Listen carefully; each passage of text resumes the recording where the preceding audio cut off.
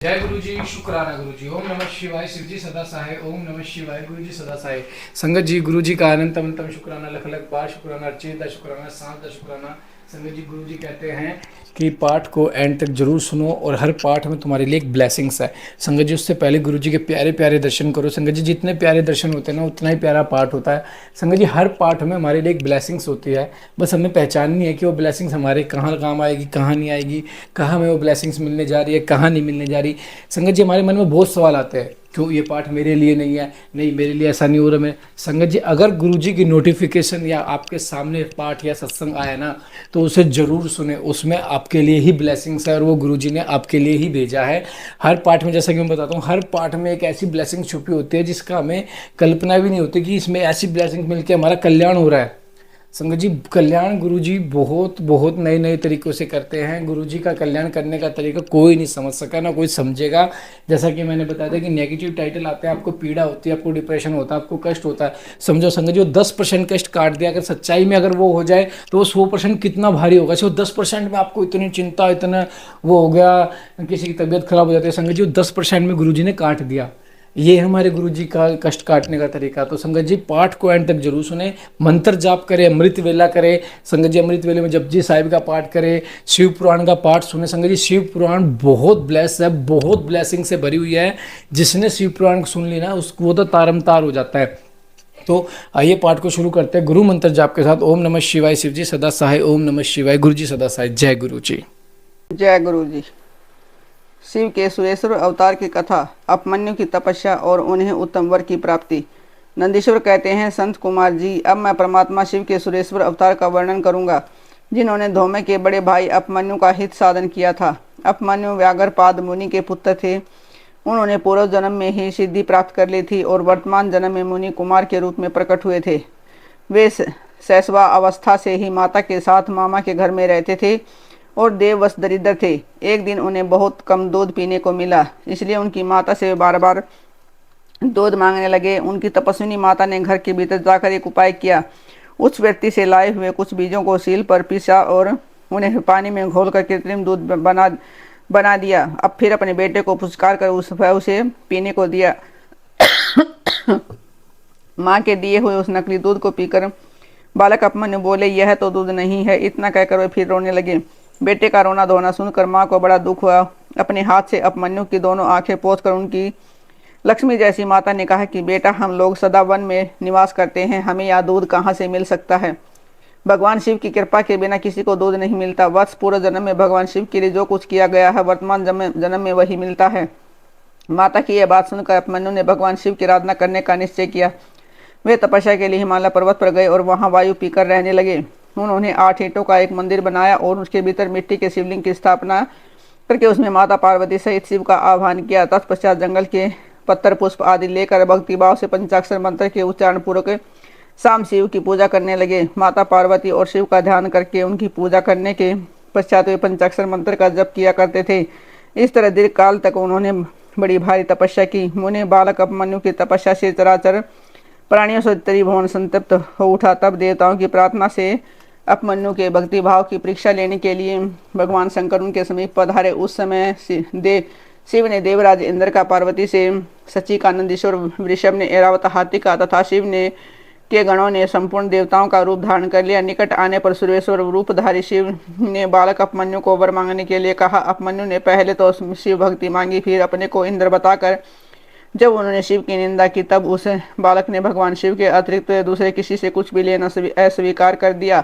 वे इंद्र को मारकर स्वयं भी मर जाने को उद्यत हो गए। उन्होंने जो अघोरास्त्र चलाया उसे नंदी ने पकड़ लिया और उन्होंने अपने को जलाने के लिए जो अग्नि की धारणा की है उसे भगवान शिव ने शांत कर दिया।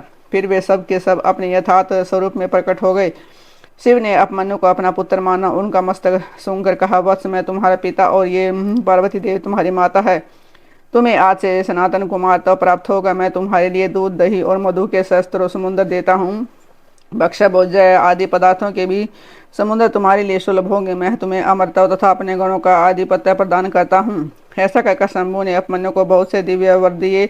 पाशुपत व्रत, पाशुपत ज्ञान तथा व्रत योग का उपदेश किया, प्रवचन की शक्ति दी और अपना परम पद अर्पित किया। फिर दोनों हाथों से अभिमन्यु को हृदय से लगाकर उनका मस्तक सूंघा और देवी पार्वती को सौंपते हुए कहा, यह तुम्हारा बेटा है। पार्वती ने भी बड़े प्यार से उसके मस्तक पर अपना कर कमल रखा और उन्हें अक्षय कुमार पद प्रदान किया। शिव ने संतुष्ट होकर उनके लिए पिंडी भूत एवं अविनाशी साकार क्षीर सागर प्रस्तुत कर दिया। साथ ही योग संबंधी ऐश्वर्य, नित्य संतोष, अक्षय ब्रह्म विद्या तथा उत्तम समृद्धि प्रदान की। उनके कुल और गोत्र के अक्षय होने का वरदान दिया और यह भी कहा कि मैं तुम्हारे इस आश्रम पर नित्य निवास करूंगा। इतना कहकर भगवान शिव अंतर्ध्यान हो गए। अभिमन्यु वर पाकर प्रसन्नतापूर्वक घर आए। उन्होंने माता से सब बातें कह सुनाई। सुनकर माता को बड़ा हर्ष हुआ। अभिमन्यु सबके पूजनीय और अधिक सुखी हो गई।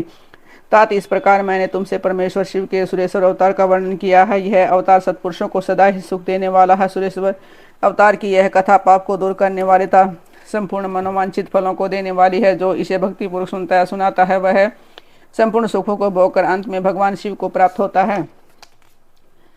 शिव जी के किरात अवतार के प्रसंग में श्री कृष्ण द्वारा दैत्यवन में दुर्वासा के शाप से पांडवों की रक्षा, व्यास जी का अर्जुन को शक्कर विद्या और पार्थिव पूजन की विधि बताकर तप के लिए संपत्ति देना, अर्जुन का इंद्र की पर्वत पर तप है, इंद्र का आगमन और अर्जुन को वरदान, अर्जुन का शिव जी के उद्देश्य से पुनः तप में परिवर्तित होना, तदंतर पार्वती के विवाह प्रसंग में हुए जटिल नर्तक तथा द्विज अवतारों की।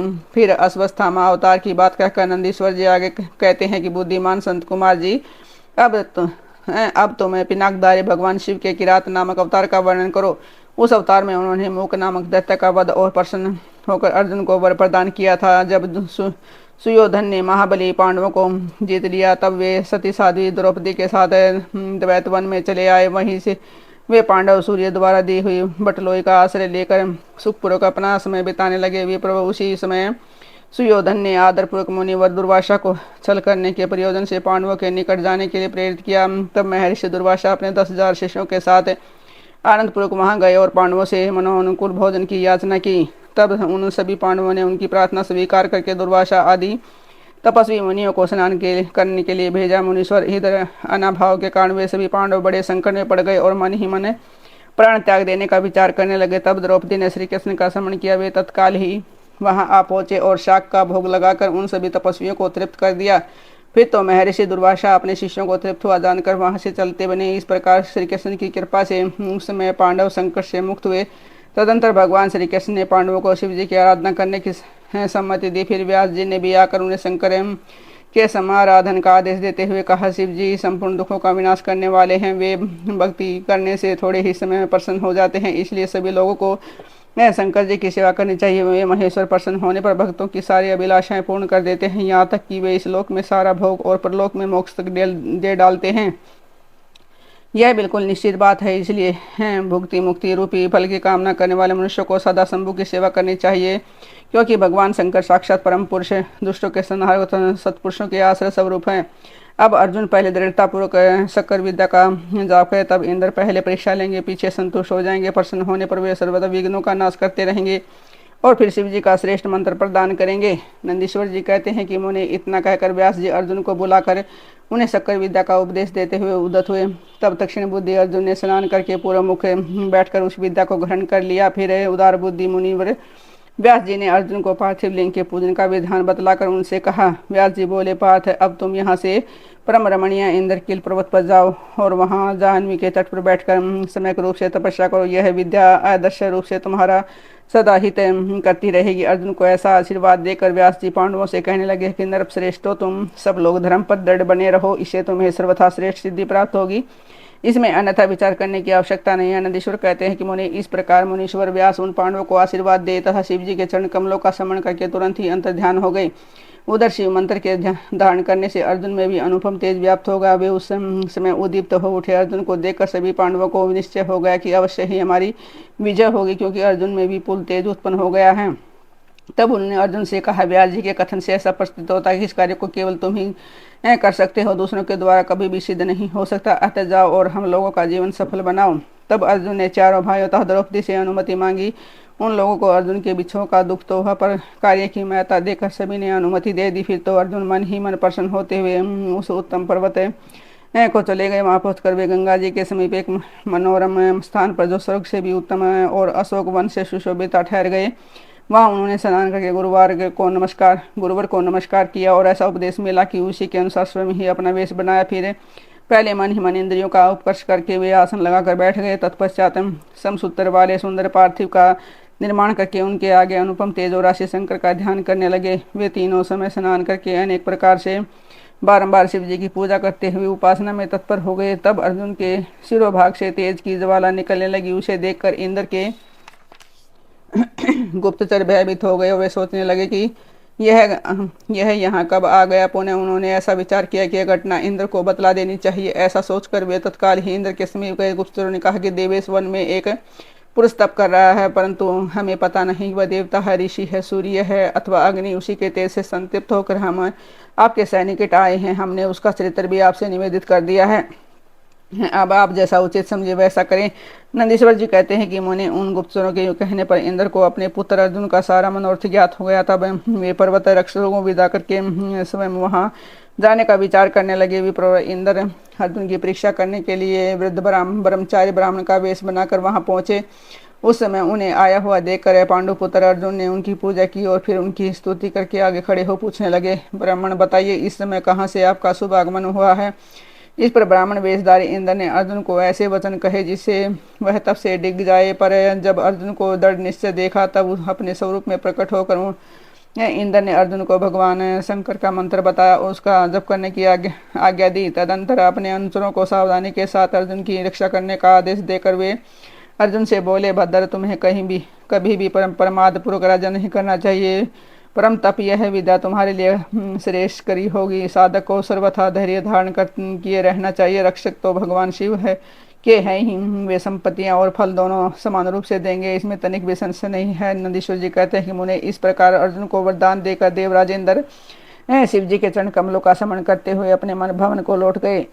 तब महावीर अर्जुन ने भी सुरेश्वर को प्रणाम किया और फिर वे मन को वश में करके इंद्र के उपदेशानुसार शिव जी के उद्देश्य से तपस्या करने लगे।